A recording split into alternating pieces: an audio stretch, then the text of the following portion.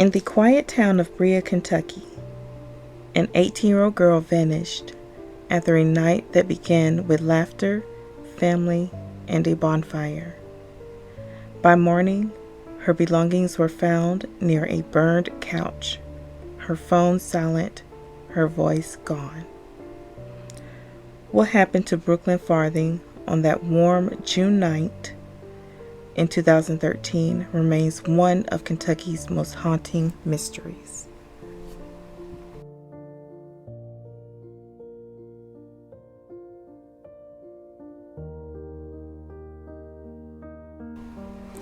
Thank you for joining. We're going to be looking into the case of the disappearance of Brookelyn Farthing.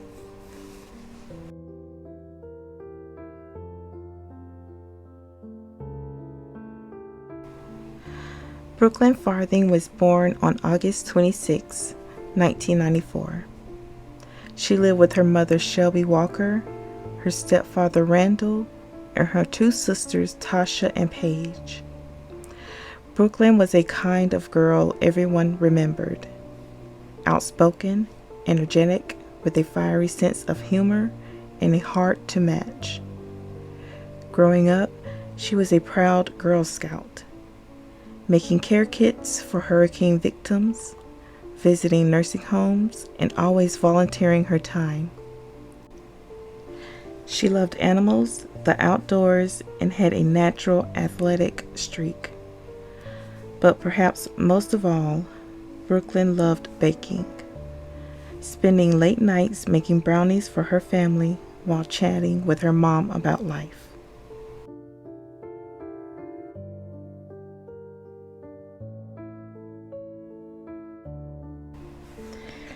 On June 21, 2013, Brookelyn and her sister Paige both took their driving tests. Brookelyn passed, Paige didn't. The two joked about it all day, teasing and laughing as the family celebrated her grandfather's 70th birthday. That night, after the party, Brookelyn joined friends for another get-together on Red Lick Road, a familiar place filled with familiar faces. When it was time to leave, her plans changed.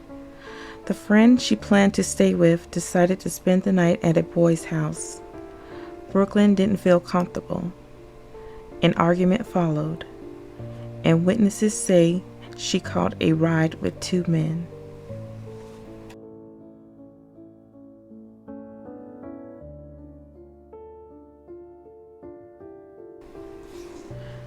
The trio stopped to look at horses on Floyd Branch Road before one man was dropped off at home. The other, whose house sat in the 100 block of Dillon Court, invited Brookelyn to stay. The home had no power, no running water, and was in foreclosure. It was an isolated, dark, and lonely place. At 4 a.m., Brookelyn called her sister Paige, asking if their cousin could come pick her up. The cousin had been drinking. They couldn't. So Brookelyn turned to her ex-boyfriend, sending a string of texts that grew more desperate by the minute.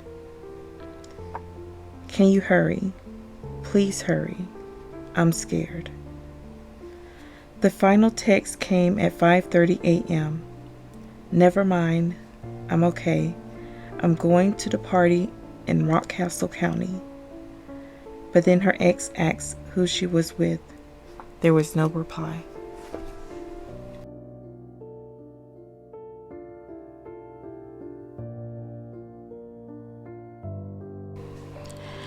Later that morning, a fire broke out on the porch of the Dillon Court home. Joshua Hensley, the man who was at the home, saw the couch was engulfed in flames. He called 911, but by the time the smoke cleared, Brookelyn was gone. Her cowboy boots, purse, and clothes were found inside, but not her phone or the outfit she'd been wearing.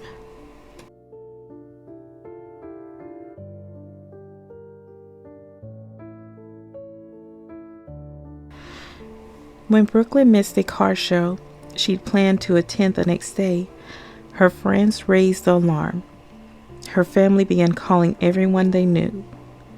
Paige traced one of the men's numbers and called. He said Brooklyn had been at his house that night, but he left after feeling uneasy. Minutes later, he called back, panicked. The porch had caught fire, and he said all of Brooklyn's things were still there. Over the next days, more than 16,000 acres were searched across Madison, Estelle, and Rockcastle counties.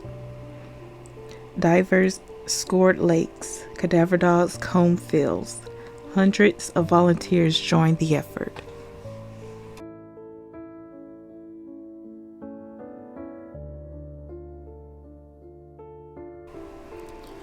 The disappearance rocked the small community.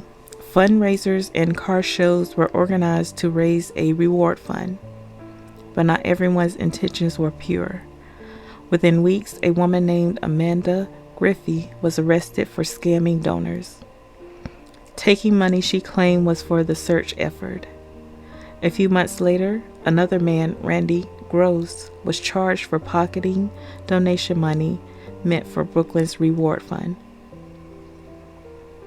Despite setbacks, Brooklyn's family refused to give up.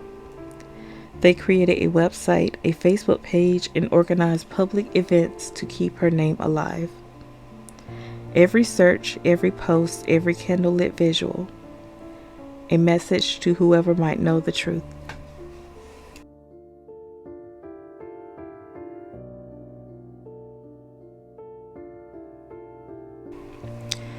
Investigators have followed hundreds of tips, revisiting every timeline and every text.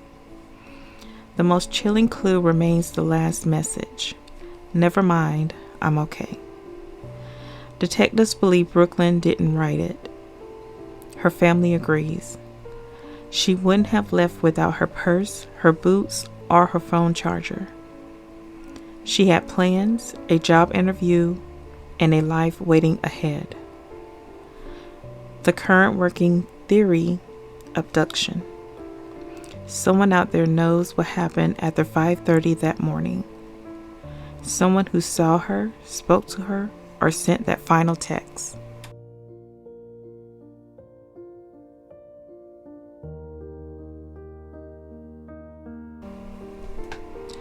More than a decade has passed, but Brooklyn's family continues to fight for answers.